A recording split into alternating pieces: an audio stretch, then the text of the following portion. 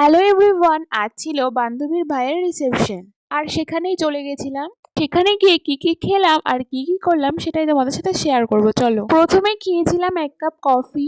আর coffee না খেলে না আমার বিয়ে বাড়িটা ইনকমপ্লিট লাগে। তারপর চলে গেছিলাম ফুচকা কাউন্টারে, সেখান থেকে দুটো তিনটে ফুচকা আমি খেয়েছিলাম। তারপর না বসে পড়েছিলাম খেতে।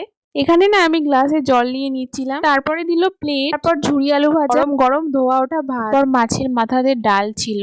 তারপর আমি ডালটা দিয়ে মেখে খাচ্ছিলাম আর ডালটা না খুব টেস্টি হয়েছিল। তারপর দিয়েছিল পটল চিংড়ি, আর আমি রোজকারের মতো চিংড়িগুলো বেছে বেছে দেখছিলাম।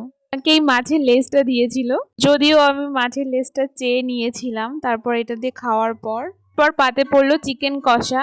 আমাকে এখানে কেউই ভিডিও করে দিচ্ছিল না। তারপর চিকেন কষা দিয়ে খাওয়ার পর পড়লো আমের চাটনি। তারপর আমি দই দিয়েছিল, দই দিয়ে পাঁপড় খেয়েছিলাম আর সাথে ছিল মিষ্টি, মিষ্টিটা আমি যদিও খাইনি। আর লাস্টে কাঁচা আম ফ্লেভার আইসক্রিমটাও খেয়েছিলাম।